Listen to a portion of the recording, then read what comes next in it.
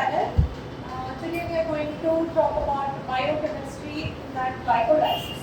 Okay? So what is glycolysis? Glycose is sugar and lysis is breakdown of sugar. The glycolysis means breakdown of sugar molecules. Sugar molecules in the sense glucose, okay, or mannose, right? Those are molecules, monosaccharides, sugar molecules. Right? We have disaccharides also. Disaccharides के example बताओ. Lactose, sucrose, maltose, disaccharides में 2 sugar molecules are involved. So here we are talking about breakdown of the glucose molecules only. So breakdown or lysis of the glucose is known as glycolysis. Okay? So let's see the introduction part. All living cells require energy to carry out various cellular activities. So in our cells there are a lot of cellular activities that are going on. तो उसके लिए हमें ATP की ज़रूरत होती है. Because we need ATP, we want this glycolysis to go on. Okay? So the energy is stored in the chemical bonds of organic molecules in the carbohydrates, fats, proteins. So because of that we eat these substances as food. We take these molecules as food. Like carbohydrates we eat, fats, proteins, हमें सारे अपने diet में लेते हैं. क्यों लेते हैं? क्योंकि इनके जो बॉन्ड्स हैं उनमें वो एनर्जी प्रेजेंट रहती है. जब वो ब्रेक डाउन होता है तो वो एनर्जी रिलीज होती है. तो एनर्जी कैसे रिलीज हो रही है? In the form of ATP. So these organic molecules are broken down by enzymatic reactions in the cells to generate energy in the form of ATP. So the full form of ATP is adenosine triphosphate. ATP is adenosine triphosphate. Now the ATP that is generated, the ATP that is released in the chemical reactions are used in the cells for the cellular processes. जो भी ATP release हो रहा है by the breakdown of carbohydrates, fats, protein, वो cell के जो normal processes हैं, cell के जो भी प्रोसेसेस हैं, सेल के डिवीजन के लिए चाहिए होते हैं, सेल की ग्रोथ के लिए चाहिए होते हैं, तो दैट रिक्वायर्स एनर्जी. तो उसके लिए आप ATP को यूज करते हैं. The food we consume is mainly comprised of protein, polysaccharides and fats. So these are first broken down into smaller units. अगर हम प्रोटीन को ब्रेक डाउन करेंगे तो प्रोटीन की यूनिट्स क्या है? Amino acids. ठीक है. एंड अगर हम पॉलीसैकेराइड जैसे स्टार्च है, ग्लाइकोजन है, ये पॉलीसैकेराइड्स है ना. पॉली का मतलब क्या है? मेनी. सैकेराइड का मतलब है sugars. Polysaccharides. So these polysaccharides when they are broken down, they release sugar molecules, individual sugar molecules. Now fats भी होते हैं. हम अपने डाइट में फैट्स भी लेते हैं, जैसे घी है, मक्खन है, ये सब फैट है. इसको भी अगर ब्रेक डाउन करेंगे तो इससे क्या रिलीज होगा? Fatty acid and glycerol. तो अभी आपको ये याद रखना है कि अगर हम प्रोटीन्स को ब्रेक डाउन करते हैं तो हमें अमीनो एसिड्स रिलीज होते हैं. ठीक है. Amino acids as the smaller component मिलते हैं. अगर पॉलीसैकेराइड्स ब्रेक डाउन कर रहे हैं तो उसमें शुगर्स, एंड अगर फैट्स ब्रेक डाउन कर रहे हैं तो फैटी एसिड्स एंड ग्लिसरॉल. तो ये उनके सिंपल यूनिट है. ये कॉम्प्लेक्स यूनिट्स है. प्रोटीन, पॉलीसैकेराइड, फैट, ये कॉम्प्लेक्स है. इसको ब्रेक डाउन करोगे, इसको तोड़ोगे, इससे हाइड्रोलाइसिस होगा इसका. तो इससे हमें क्या मिलेगा? प्रोटीन से अमीनो एसिड, पॉलीसैकेराइड से शुगर मॉलिक्यूल्स, फैट्स को ब्रेक डाउन करने से फैटी एसिड्स एंड ग्लिसरॉल. ये रिलीज होगा. सो ये जो प्रोसेस है फैट को ब्रेक डाउन करने का और पॉलीसैकेराइड को ब्रेक डाउन करने का, प्रोटीन को ब्रेक डाउन करने का, ये हमारे बॉडी में डाइजेशन कहते हैं ना. हम उसको डाइजेशन, जैसे हम खाना खाते हैं उसका डाइजेशन होता है. तो डाइजेशन में बेसिकली यही चीज़ तो हो रही है ना, ब्रेक डाउन नहीं हो रहा है. So this process of digestion occurs outside the cells. The amino acid, simple sugar, fatty acids, they enter the cells afterwards. पहले ये जो भी प्रोसेस होता है ये सेल के बाहर होता है. उसके बाद ये सेल्स के अंदर ब्रेक डाउन प्रोडक्ट के फॉर्म में एंटर होते हैं एंड अंडरगो ऑक्सीडेशन. फिर ये फर्दर ब्रेक डाउन होंगे. तब जैसे कि शुगर फर्दर ब्रेक डाउन होगा तो उसको बोलेंगे ग्लाइकोलाइसिस. अब ये कहाँ होता है? सेल के जो सेल है ये न्यूक्लियस है, तो ये जो साइटोप्लाज्म है, तो यहाँ पे होता है आपका ग्लाइकोलाइसिस। तो ग्लाइकोलाइसिस की साइट क्या है? साइटोसोल, ठीक है। And the citric acid cycle takes place in the mitochondria. अब जैसे ग्लाइकोलाइसिस होता है, ग्लाइकोलाइसिस के जो भी एंड प्रोडक्ट है, एंड प्रोडक्ट जो है ग्लाइकोलाइसिस के, वो एंटर होते हैं टीसीए साइकिल में, और ये टीसीए साइकिल कहाँ चलता है? माइटोकॉन्ड्रिया, ठीक है, माइटोकॉन्ड्रिया। तो जनरेट मोर एटीपीज, है ना। ग्लाइकोलाइसिस से जितने एटीपी जनरेट होते हैं वो कॉमन है, related to the process that is taking place in the mitochondria, है ना, टीसीए साइकिल में। तो टीसीए साइकिल में ज़्यादा एटीपी रिलीज होते हैं, तो वो टीसीए साइकिल कहाँ चलता है? माइटोकॉन्ड्रिया में। माइटोकॉन्ड्रिया में ज़्यादा एटीपी रिलीज होने की वजह से हम उसको क्या कहते हैं? Power house of the cell, ठीक है। Let's go to the next slide. So this glycolysis is also known as engine layer of pathway. Glycolysis को हम क्या कहते हैं? Engine layer of pathway. Now the glycolysis is derived from the Greek words. Glycose का मतलब क्या होता है? Sweet. Glycose का मतलब है sweet. या फिर हम उसको बोल सकते हैं sugar. ठीक है? Lysis का मतलब होता है dissolution, यानी कि breakdown. ठीक है, इसीलिए ग्लाइकोलाइसिस का क्या मतलब हुआ? फिर शुगर का ब्रेकडाउन, शुगर का डिसोल्यूशन, शुगर का लाइसिस, ठीक है। तो glycolysis is derived from the Greek words glucose, sweet, और शुगर। लाइसिस इज ब्रेकडाउन या dissolution. So it is a universal pathway in the living cells. तो ये पाथवे सारे लिविंग सेल्स में चलते हैं, ठीक है। हर एक लिविंग सेल में ग्लाइकोलाइसिस होना ही होना है, ताकि वो बेसिक जितना एटीपी नीडेड है वो उसको रिलीज करें। Now the complete pathway of glycolysis was initiated in 1940। तो ये पाथवे हमने कब इसको पूरा पढ़ा था? 1940 में। तो अब हम आते हैं डेफिनेशन पे। ग्लाइकोलाइसिस क्या कहता है? What is glycolysis? ठीक है, glycolysis is defined as a sequence of reactions. तो ग्लाइकोलाइसिस में कम से कम 10 रिएक्शंस है, 10 रिएक्शंस है, तो वो सीक्वेंस में हो रहा है, वन बाय वन वो रिएक्शंस चल रहे हैं, ठीक है। And converting glucose to pyruvate. तो ग्लाइकोलाइसिस को जो 10 रिएक्शंस हो रहे हैं ग्लाइकोलाइसिस में, उसका मेन मोटिव क्या है? कि ग्लूकोज को कन्वर्ट करना है पायरुवेट में, ठीक है। पायरुवेट है जो लाइसिस का एंड प्रोडक्ट है। ग्लूकोज का जो एंड प्रोडक्ट वहाँ पर हो रहा है वो पायरुवेट है, ठीक है। ग्लूकोज होता है 6 कार्बन का, पायरुवेट होता है 3 कार्बन का, ठीक है। तो ये जो ग्लूकोज है ये 6 कार्बन का होता है। इसको अगर आप ब्रेक डाउन करोगे तो ये पायरुवेट बनाएगा जो कि 3 कार्बन का है, और हम इसको लैक्टेट भी बना सकते हैं। Now this pyruvate is converted into lactate. अब ये लैक्टेट बनेगा या फिर ये एसिटाइल कोए बनेगा, तो ये डिपेंड करता है ऑन द ऑक्सीजन। अगर ऑक्सीजन प्रेजेंट है तो ये एसिटाइल कोए में कन्वर्ट होता है और टीसीए साइकिल में एंटर होता है। अगर ऑक्सीजन अवेलेबल नहीं है, यानी कि एनारोबिक कंडीशंस, क्या एनारोबिक कंडीशंस, तो उसमें ये क्या बन सकता है? पायरुवेट लैक्टेट बन सकता है। एरोबिक कंडीशंस में पायरुवेट क्या बनेगा? Acetyl CoA. एरोबिक का मतलब ऑक्सीजन, एनारोबिक मतलब नो ऑक्सीजन। समझ आया? Okay, going to the next slide now. So let's talk about the salient features of glycolysis.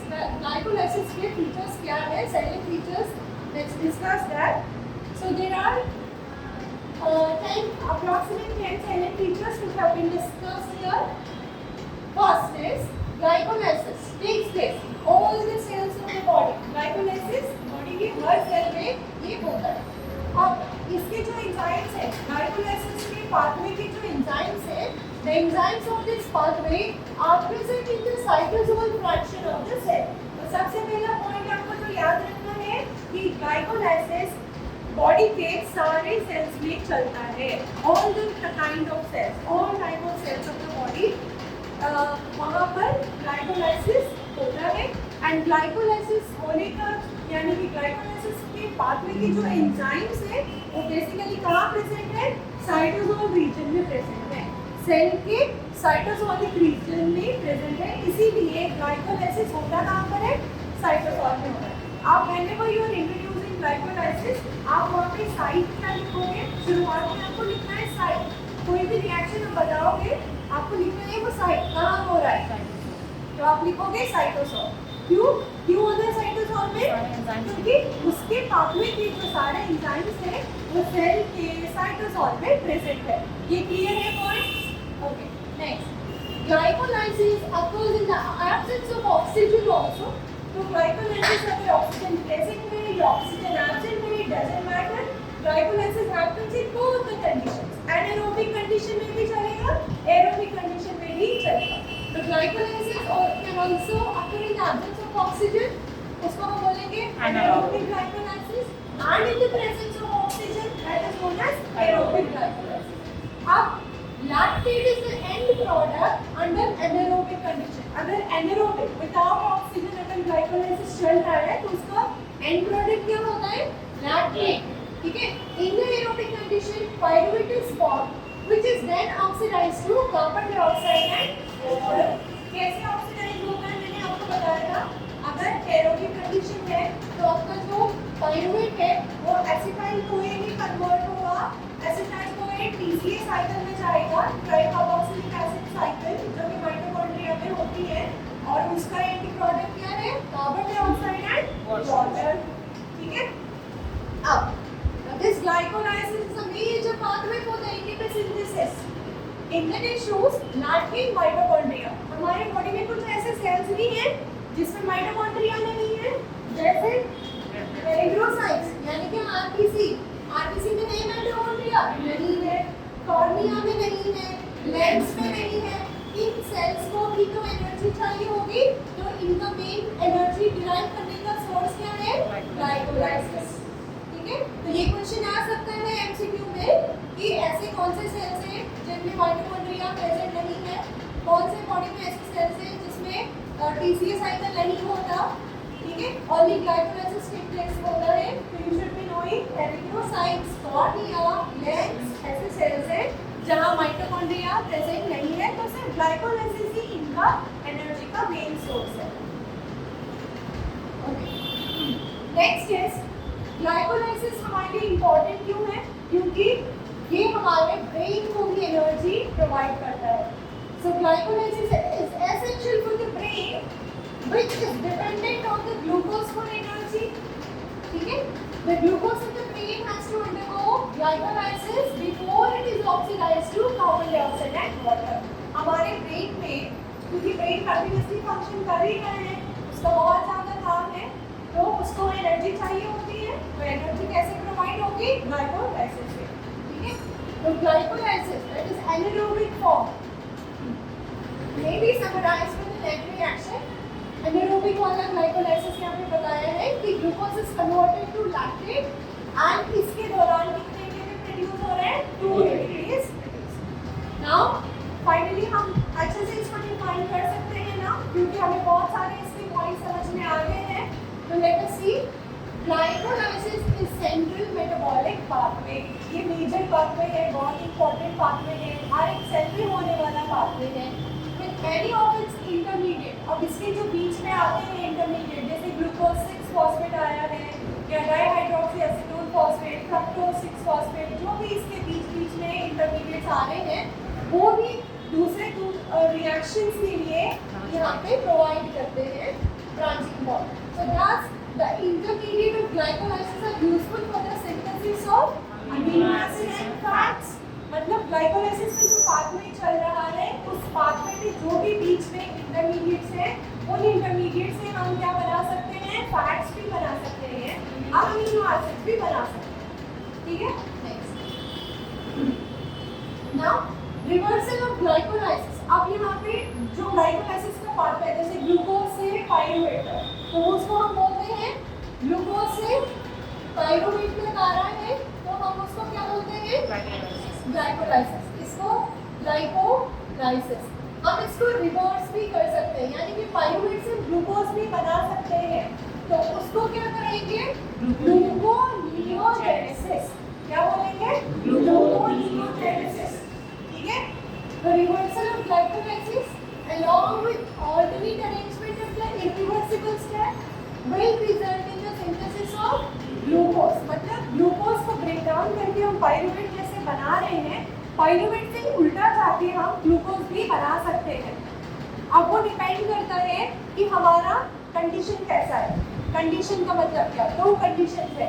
एक होता है well fade state. Well fade state का मतलब जब आपने खाना खाया हुआ है, वेल फेड स्टेट, वहाँ पे खाना क्योंकि खाया हुआ है, डाइजेशन हो रहा है और वहाँ पे रिलीज हो रहा है आपका ग्लूकोज, और ग्लूकोज को क्या होना है? ब्रेकडाउन।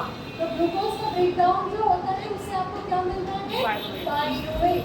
क्या मिल रहा है? पाइरूवेट। अब दूसरा स्टेट कौन सा है? Starvation state. Starvation state, starvation में क्या करते हैं? आप नहीं खा रहे हैं यहाँ पे खाना, आपका जो स्टोर्ड ग्लूकोज है या स्टोर्ड ग्लाइकोजन है, जैसे लीवर में स्टोर हुआ है, वो ब्रेक डाउन होता है। ठीक है। या फिर आपकी जो बॉडी के अंदर प्रोडक्ट्स हैं, जैसे कि लैक्टेट है, पाइरूवेट है, उसको यूज करके बॉडी क्या बना रही है? ग्लूकोज बना रही है। क्योंकि ग्लूकोज किसके लिए इम्पोर्टेंट है? ब्रेन के लिए इम्पोर्टेंट है, इसीलिए ग्लूकोज का बनना बहुत जरूरी है। तो वो कैसे बना रहा है? बॉडी कैसे बना रही है? लैक्टेट या पाइरूवेट, इसको यूज करके बॉडी क्या बना रही है? ग्लूकोज बना रही है। ठीक है। तो इसको हम क्या बोलेंगे? ग्लूकोनियोजेनेसिस। ठीक है। तो हमारे पास दो कंडीशन होते हैं, या तो हम वेल फेड स्टेट में होते हैं या स्टारवेशन। वेल फेड स्टेट में ग्लाइकोलाइसिस होता है, स्टारवेशन में ग्लूकोनियोजेनेसिस होता है। ये पॉइंट क्लियर है? ओके। अब यहाँ पे एक डायग्राम है जो दिखा रहा है कि ग्लूकोज से क्या क्या यूजेस हो सकते हैं, या ग्लूकोज ब्रेक डाउन होकर क्या क्या हो सकता है। ठीक है। अब यहाँ पे देखें तो दो पाथवेज हैं, एक ऑक्सीडेटिव पाथवे जहाँ पे ग्लूकोज का ब्रेक डाउन हो रहा है, और एक सिंथेटिक पाथवे जहाँ ग्लूकोज से कुछ और हम नया बना रहे हैं। ठीक है। तो यहाँ पर अगर देखा जाए तो ग्लूकोज से अदर कार्बोहाइड्रेट्स बना सकते हैं, दूसरी कार्बोहाइड्रेट्स बना सकते हैं, जैसे गैलेक्टोज, फ्रक्टोज, हम ये ग्लूकोज से बना। ग्लूकोज से ग्लाइकोजेनेसिस भी हो सकता है, यानी कि ग्लाइकोजन क्या है? एक कार्बोहाइड्रेट है, कॉम्प्लेक्स कार्बोहाइड्रेट है, और वो हमारे कहाँ स्टोर होता है? लिवर में। अब यहाँ पे ग्लूकोज से हम लिपोजेनेसिस भी कर रहे हैं, यानी कि फैट्स का सिंथेसाइज भी कर सकते हैं। इसीलिए जब हम डाइटिंग करते हैं तो हम ग्लूकोज अवॉइड करते हैं, है ना, क्योंकि इससे फैट्स भी बन सकता है।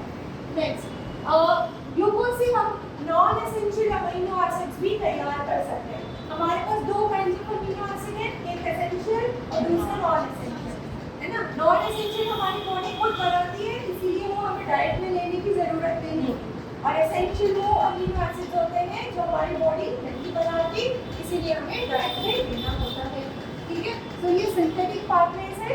अब यहाँ पे देखते हैं ऑक्सीडेटिव पाथवेज, मतलब ग्लूकोज का यूज करके फर्दर ब्रेक डाउन करके हम कौन कौन से पाथवेज देख सकते हैं। तो ग्लूकोज ब्रेक डाउन होता है तो ग्लाइकोलाइसिस, ग्लूकोज के ब्रेक डाउन से ग्लाइकोलाइसिस, और इसी को यूज करके हम एचएमपी पाथवे, कौन सा pathway? HMP pathway, hexose monophosphate shunt pathway. ठीक है। और यूरोनिक एसिड पाथवे करके भी हम उसमें लिख सकते हैं। ऑक्सीडेशन मतलब जहाँ ग्लूकोज को ब्रेक डाउन करके होने वाले पाथवे, यहाँ पे ग्लूकोज को यूटिलाइज करके एक प्रोडक्टिव पाथवे, यहाँ पे उसकी डिस्ट्रक्टिव पाथवे इसमें होगा, यहाँ पे उसको प्रोडक्शन पे लिया जाएगा। ठीक है। ये क्लियर है? ये उसके सेलेंट फीचर्स थे। ओके। अब हम प्रॉपर ग्लाइकोलाइसिस में आते हैं। हम जब ग्लाइकोलाइसिस पढ़ेंगे हम उसको 3 फेजेस में डिवाइड करेंगे।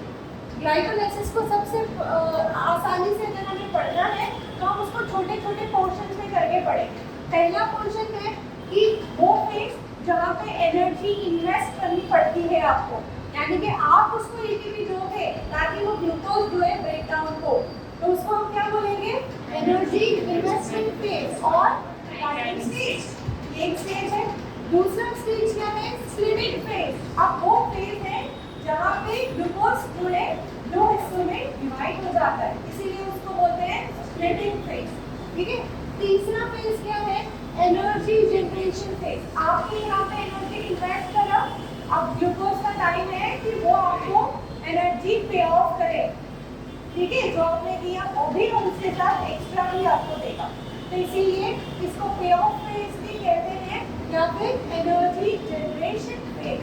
तो तीन फेजेस में हम इसको स्टडी करेंगे। ओके, अच्छा, ये देखने में लग रहा है कि इतना सारा है, लेकिन ऐसा नहीं है। इसको अगर आप लेके प्रैक्टिस करोगे आसानी से आपको ये पाथवे समझ आ जाएगी, इतनी मुश्किल नहीं है। अब फर्स्ट में देखो आप, ये ग्लूकोज है, glucose is converted to glucose 6 phosphate. सबसे पहला जो रिएक्शन हो रहा है वो फॉस्फोरिलेशन है। फॉस्फोराइलेशन का मतलब क्या है? एडिशन ऑफ फॉस्फेट्स में। आप ये ग्लूकोज मॉलिक्यूल को देखो, कार्बन 1 2 3 4 5 एंड 6 कार्बन है, क्लियर, 6 कार्बन है। अब आपने एक फॉस्फेट इसको दिया तो उसका जो फॉस्फेट है वो 6th position of the carbon में ऐड हो रहा है ना?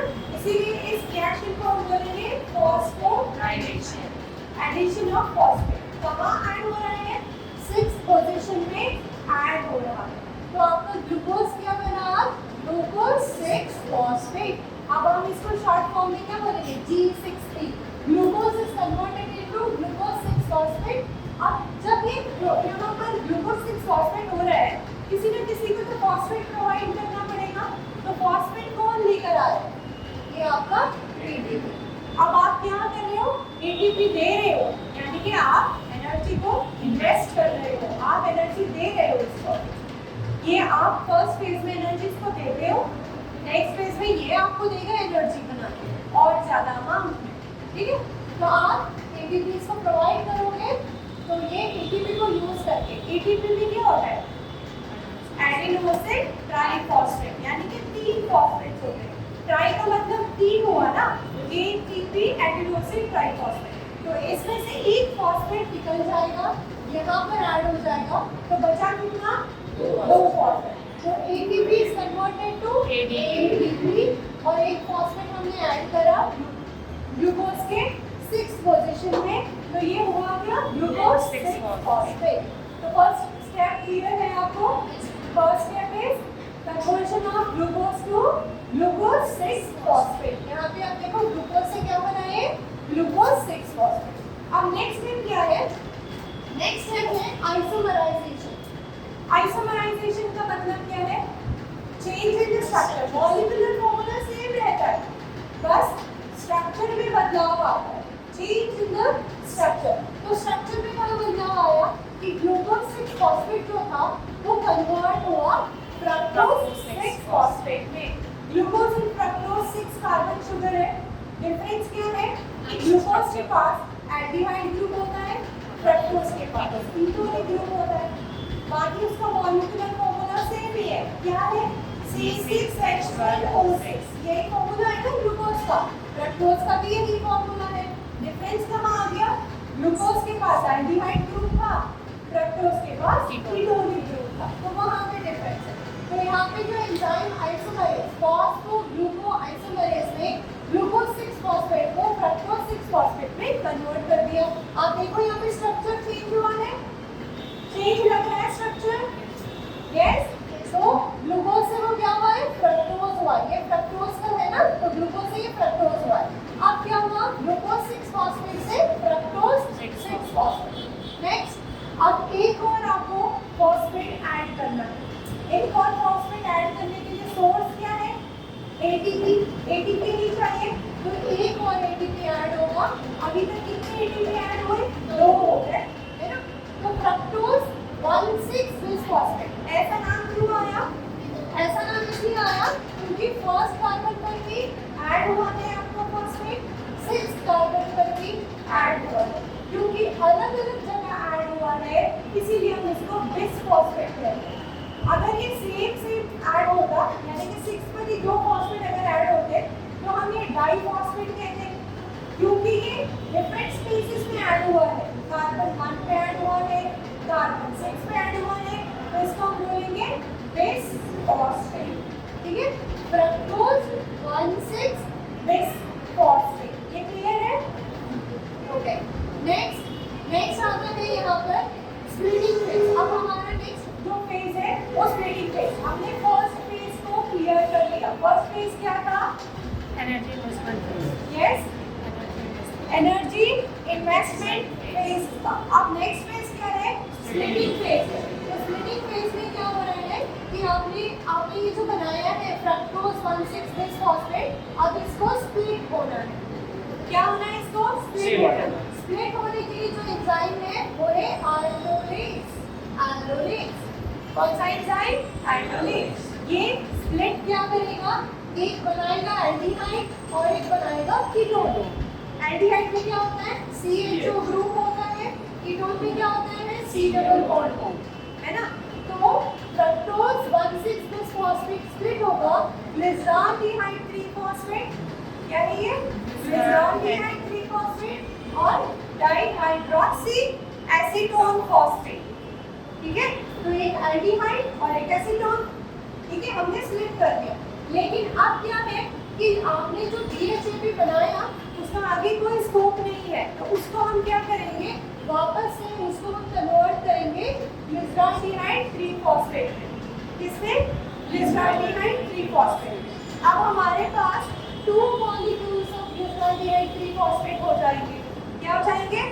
2 मॉलिक्यूल्स ऑफ ग्लिसरॉल्डिहाइड 3 फॉस्फेट।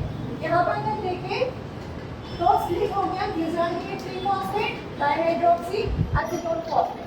अब यहाँ पे जो फॉस्फेट आइसोमरेज है ये क्या करेगा? DHAP को कन्वर्ट करेगा ग्लिसरॉल्डिहाइड 3 फॉस्फेट में। क्यों करेगा आइसोमरेज? क्योंकि ये भी 3 कार्बन वाले शुगर्स है।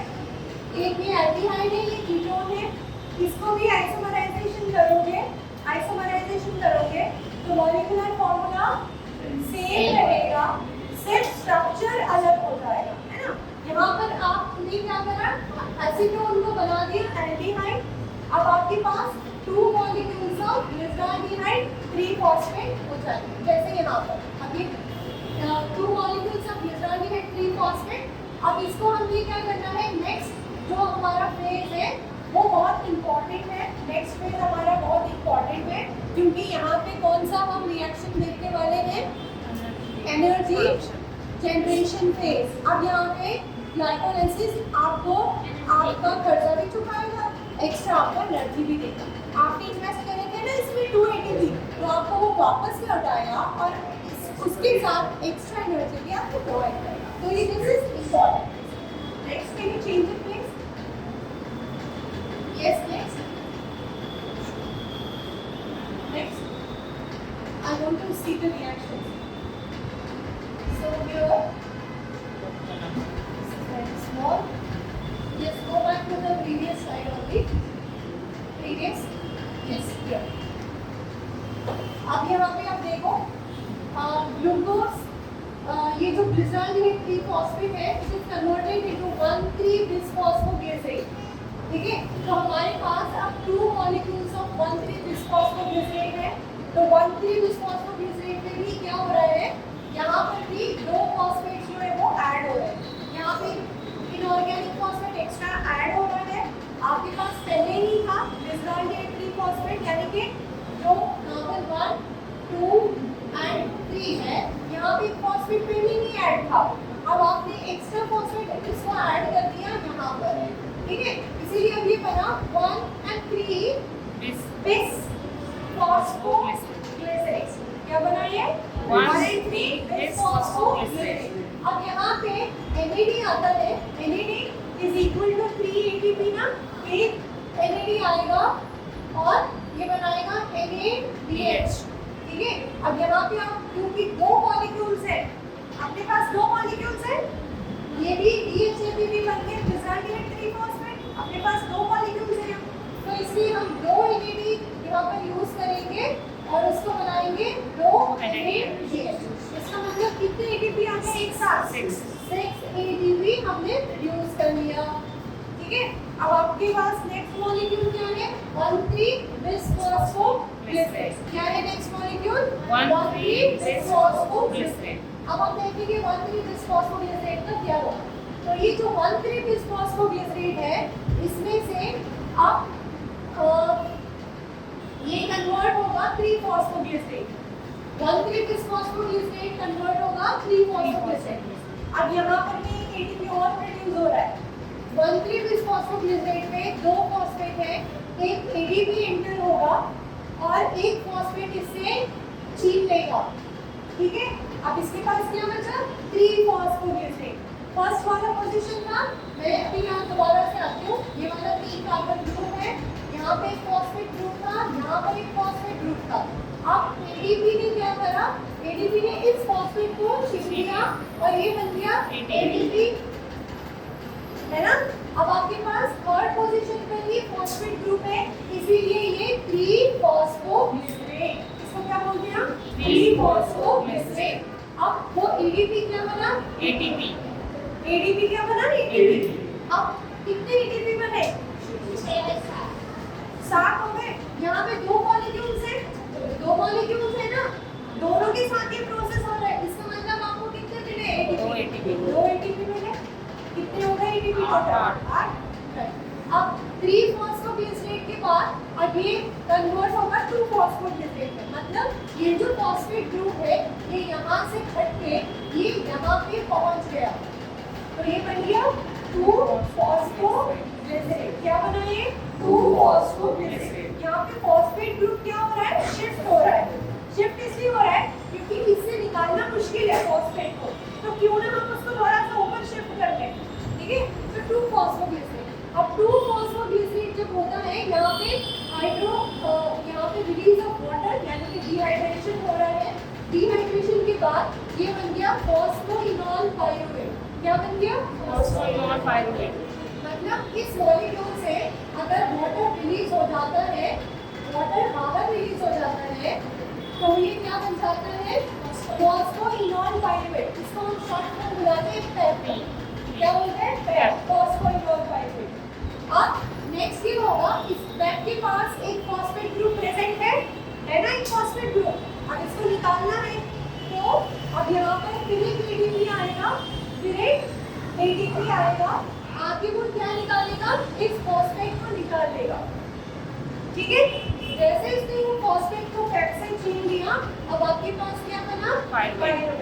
अब यहाँ पे कितने एटीपी प्रोड्यूस हुए 1 या 2, क्योंकि 2 मॉलिक्यूल्स हैं। यहाँ पे देखो पैप अभी हमारे पास 2 है, तो इसके पास से एक फॉस्फेट निकल जाता है, इसके पास से भी फॉस्फेट निकल जाता है। अब हमारे पास 2 पाइरुवेट बचे हैं। तो अब हम देखते हैं हमारे पास कितने एटीपी प्रोड्यूस हुए, ठीक है। यहाँ पे तो 2 माइनस है, यहाँ पे 1 एटीपी माइनस है, ठीक है। यहाँ पर भी -1 एटीपी, यहाँ पे कितने एटीपी 6 एटीपी, यहाँ पे कितने एटीपी 2 एटीपी, ठीक है। और यहाँ पे कितने एटीपी अगेन 2 एटीपी। तो टोटल एटीपी कितना ग्लाइकोलाइसिस ने दिया हमें 10 एटीपी दिया। 10 में से 2 माइनस कर लो, इसको पे भी तो करोगे आप। हाँ, अब कितने बचे 8। तो मतलब पूरी ग्लाइकोलाइसिस में हमें कितने एटीपी प्रोड्यूस होते थे 8 एटीपी प्रोड्यूस हो रहे हैं। Is that clear to you? Next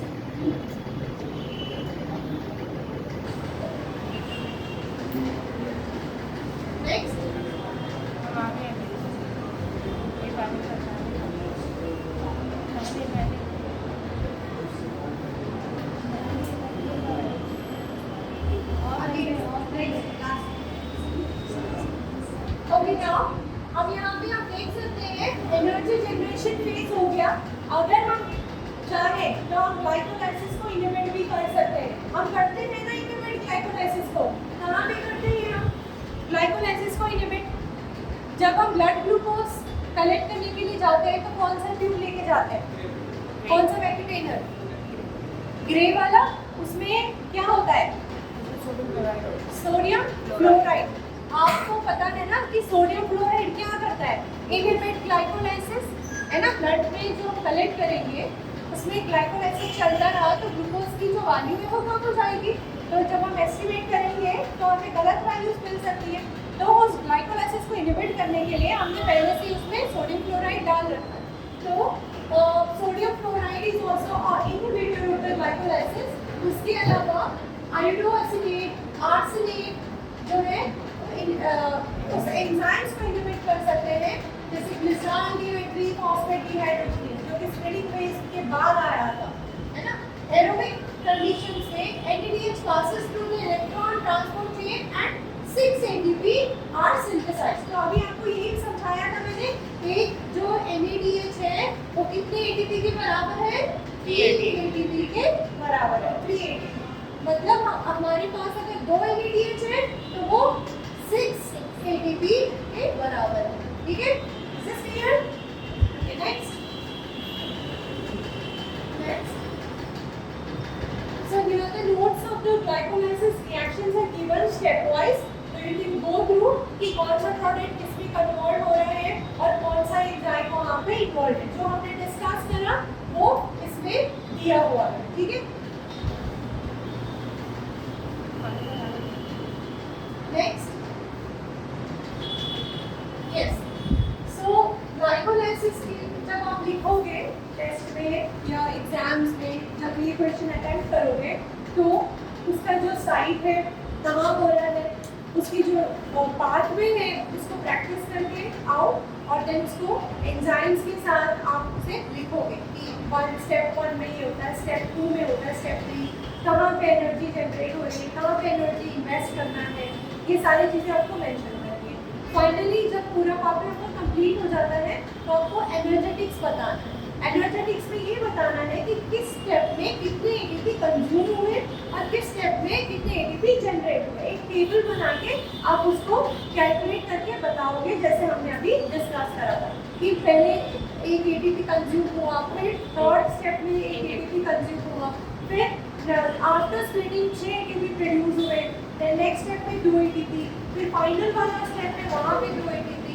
तो 10 एटीपी टोटल प्रोड्यूस हुए, 2 कंज्यूम होके प्रोड्यूस कितना था, नेट गेन कितना था, 8 एटीपी। तो ये आपको हर पाथवे में बताना पड़ेगा, इवन ये साइकिल में भी बताना है और इसमें भी बताना है। और फाइनली आपको बताना है कि कौन से ऐसे प्रोडक्ट्स हैं या मेटाबोलाइट्स हैं या क्या है उसके इनहिबिटर्स, उस पाथवे को कौन से ऐसे इनहिबिटर्स इनहिबिट कर सकते हैं। तो ये एनर्जेटिक्स है ग्लाइकोलाइसिस का, कौन सा एंजाइम ने कितना एटीपी प्रोड्यूस करा है। ठीक है, तो यहाँ पे ये मेंशन है। नेक्स्ट, तो ग्लाइकोलाइसिस के साथ साथ कुछ ऐसे इफेक्ट्स भी देखे गए हैं, यहाँ पे कुछ हम डिस्कस करेंगे, जैसे पास्चर इफेक्ट। तो पास्चर इफेक्ट क्या होता है? The inhibition of glycolysis by oxygen as therapy condition is known as the Pasteur effect. अगर हम ग्लाइकोलाइसिस को इनहिबिट कर रहे हैं, किससे इनहिबिट कर रहे हैं? बाय द ऑक्सीजन ओनली, या जो ऑक्सीजन है उससे हम ग्लाइकोलाइसिस को इनहिबिट कर रहे हैं, तो उसको बोलते हैं पास्चर इफेक्ट। तो ये पास्चर इफेक्ट डिस्कवर किसने करा था? लुईस पास्चर ने। While studying the fermentation of yeast, he observed that when the anaerobic yeast, जब कोई anaerobic yeast, anaerobic मतलब ये ऐसा yeast है जो बिना ऑक्सीजन के ग्लाइकोलाइसिस कर रहा है ना। anaerobic yeast cultures में exposed to air, जब आपने उस anaerobic yeast culture को एक्सपोज कर दिया तो ऑक्सीजन अवेलेबल हो गया, तो उस ऑक्सीजन ने उनके ग्लाइकोलाइसिस को क्या करा? इनहिबिट करना शुरू कर दिया। मतलब वो ऑर्गेनिजम्स अडॉप्टेड थे एनारोबिक कल्चर को, जैसे आपने उनको एरोबिक कल्चर में आपने उनको एक्सपोज करा तो it can cause the death, है ना। तो हम क्या है, हम एरोबिक कल्चर में एक्सपोज है, अगर हम एनारोबिक में लेकर जाए लंबे समय तक ऑक्सीजन अवेलेबिलिटी ना हो तो हमारी भी यही कंडीशन हो सकती है, right. Next, now there is one thing, trap free effect. Trap free effect, so the phenomenon of inhibition of oxygen consumption by the addition of glucose to the tissues having high aerobic glycolysis is known as trap-free effect। तो अगर मान लो एक tissue, एक sales है जहाँ glycolysis चल रहा है, ठीक है, आपने फर्दर ग्लूकोज ऐड करना शुरू कर दिया तो वहाँ ऑक्सीजन अवेलेबिलिटी कम हो गई और सारा जो भी ग्लूकोज था वो पूरा ऑक्सीडाइज नहीं हो पा रहा है, ब्रेकडाउन नहीं हो पा रहा है, that is known as trap free effect, मतलब जहाँ ग्लाइकोलाइसिस हो रहा है, जहाँ कम लिमिटेड ऑक्सीजन है, वहाँ पे अगर आपने और ज़्यादा ग्लूकोज ऐड करना शुरू कर दिया तो वो ग्लाइकोलाइसिस के लिए वहाँ पे ऑक्सीजन की ज़रूरत है, ऑक्सीजन नहीं मिलने की वजह से वहाँ पे ग्लाइकोलाइसिस हॉल्ट हो जाता है। That is known as trap free effect. Next, अच्छा, glycolysis in dental caries. Dental caries क्या होता है? कैरीज क्या होता है? दांतों में जो लैक्टेस या जो कीड़ा आ जाता है and leads to the dental problems है ना, उसको हम बोलते हैं डेंटल कैरीज। इसमें ग्लाइकोलाइसिस को डेंटल कैरीज को क्या लिंक है? Let's see. डेंटल कैरीज मतलब डिस्ट्रक्शन और decalcification of the hard teeth due to organic acids. ये ऑर्गेनिक एसिड्स कहाँ से रिलीज हो रहे हैं? Release by the bacterial infection. अब हम मीठा खाते हैं बहुत ज़्यादा, हम ब्रश नहीं करते, तो वो जो मीठा रह जाता है हमारे माउथ में, टीथ के पास, तो बैक्टीरिया उसको क्या करेगा? लाइस करेगा, उसको यूज करेगा और क्या रिलीज करेगा? एसिड रिलीज करेगा। अब वो एसिड क्या करेगा? धीरे धीरे आपके दांतों को खराब करने लग जाएगा। So those organic acids are harmful to the teeth, है ना। सो जैसे कि कौन से स्पीशीज है? स्टेप्टोकॉकस म्यूटेंस, लैक्टोबैसिलस स्पीशीज, तो ये ओरल कैविटी में रहेंगे, कॉलोनाइज करेंगे और डेंटल कैरीज कॉज करते रहेंगे, ठीक है। So these bacteria grow optimally on refined and fermentable sugar, जैसे सुक्रोज जो कि चॉकलेट्स में है, कैंडीज में प्रेजेंट रहते हैं। तो बाय यूटिलाइजिंग एनारोबिक ग्लाइकोलाइसिस वो एसिड्स रिलीज करेंगे और उससे डेंटल कैरीज डेवलप होगा। नेक्स्ट, अच्छा, ये बहुत इंपॉर्टेंट है, इसका नाम भी कितना अच्छा है ना, रैपोपोर्ट-ल्यूबरिन साइकिल। सुना है आपने? ठीक है। ये this is supplementary pathway to glycolysis. और जहाँ ग्लाइकोलाइसिस पूरा तरह नहीं हो पाता या नहीं करना है, वहाँ पे हम ये पाथवे कर सकते हैं। रैपोपोर्ट-ल्यूबरिन cycle which is operative in erythrocytes of plant and other mammals। मतलब ये साइकिल कहाँ चलता है? आरबीसी में चलता है। बेसिकली कहाँ चलता है ये? आरबीसी में है। तो रैपोपोर्ट-ल्यूबरिन साइकिल में क्या है कि आपने जो 2,3-बिस्फॉस्फोग्लिसरेट बनाया था ग्लाइकोलाइसिस में, 2,3-बिस्फॉस्फेट बनाया था, है ना, तो वो जो है यहाँ पे ग्लूकोज 6-फॉस्फेट, 1,3-बिस्फॉस्फोग्लिसरेट, फिर 3-फॉस्फोग्लिसरेट, आते हैं 3-फॉस्फोग्लिसरेट। तो यहाँ से ये 1,3-बिस्फॉस्फोग्लिसरेट सीधा 3-फॉस्फोग्लिसरेट ना बन के ये 2,3-बिस्फॉस्फोग्लिसरेट बन के फिर 3-फॉस्फोग्लिसरेट बन जाए, ठीक है। यहाँ पे ग्लाइकोलाइसिस सीधा पाथवे चल सकता था, लेकिन यहाँ पे क्या हुआ कि 1,3-बिस्फॉस्फोग्लिसरेट से 2,3-बिस्फॉस्फोग्लिसरेट बनाया, फिर 2,3 से वो बना 3-फॉस्फोग्लिसरेट, एक एडिशनल स्टेप है, फिर बाद में जाके वो बना पाइरुवेट। तो 1,3-बिस्फॉस्फोग्लिसरेट produced in the glycolysis is converted to 2,3-बिस्फॉस्फोग्लिसरेट, ठीक है। अब इसका एंजाइम क्या है? 2,3-बिस्फॉस्फोग्लिसरेट न्यूक्लियस, जो ये बना रहा है। So in erythrocyte, the first site in glycolysis for the generation of ATP may be bypassed, leading to the formation of 2,3-bisphosphoglysate, which is important in decreasing the affinity of hemoglobin for the oxygen. इसका purpose क्या है? Purpose क्या है? RBC में होता है आपका haemoglobin bind करता है ऑक्सीजन, और जैसे जैसे टिश्यूज के पास जाता है आरबीसी हीमोग्लोबिन को लेके, तो वहाँ पे उसे क्या रिलीज करना है? ऑक्सीजन।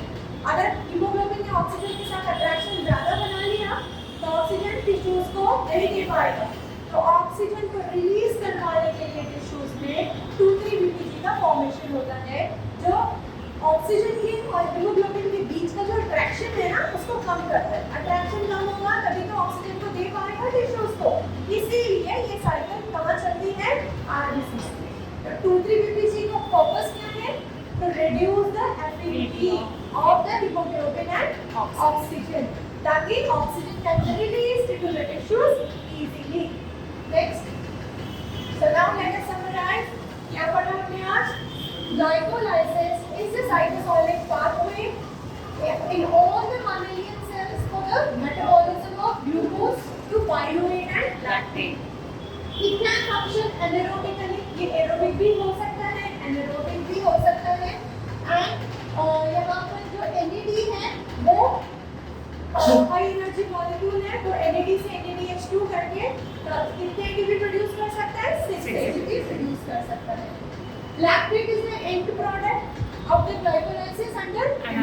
कंडीशन, अगर ऑक्सीजन अवेलेबल नहीं है तो पायरुवेट क्या होगा, आगे जाके लैक्टेट में कन्वर्ट होगा। इफ ऑक्सीजन इज प्रेजेंट तो पायरुवेट क्या होगा, TCA साइकिल में जाके और ज्यादा ATP प्रोड्यूस करेगा। Glucose is regulated by 3 enzyme, 3 enzymes से हम ग्लूकोज के साइकिल को रेगुलेट कर सकते हैं, कंट्रोल कर सकते हैं, ठीक है। कौन कौन से हैं, सबसे पहला वाला हेक्सोकाइनेज, उसके बाद फॉस्फोपेप्टाइडेज, उसके बाद लास्ट पायरुवेट काइनेज। 3 एंजाइम्स को हम रेगुलेट करके ग्लाइकोलाइसिस को मॉडिफाई कर सकते हैं, बढ़ा भी सकते हैं, घटा भी सकते हैं। पायरुवेट इज ऑक्सीडाइज्ड टू एसिटाइल-CoA, पायरुवेट फाइनली अगर ऑक्सीजन प्रेजेंट है तो एसिटाइल-CoA में कन्वर्ट होगा। इसके लिए हमें चाहिए होगा complex enzyme pyruvate dehydrogenase complex, PDC के नाम से, PDC यानी कि पायरुवेट डिहाइड्रोजिनेज कॉम्प्लेक्स। उसमें 3 एंजाइम्स होते हैं, उनका काम क्या है, पायरुवेट को एसिटाइल-CoA में कन्वर्ट करना, ताकि आपका जो एसिटाइल-CoA है वो TCA साइकिल में एंटर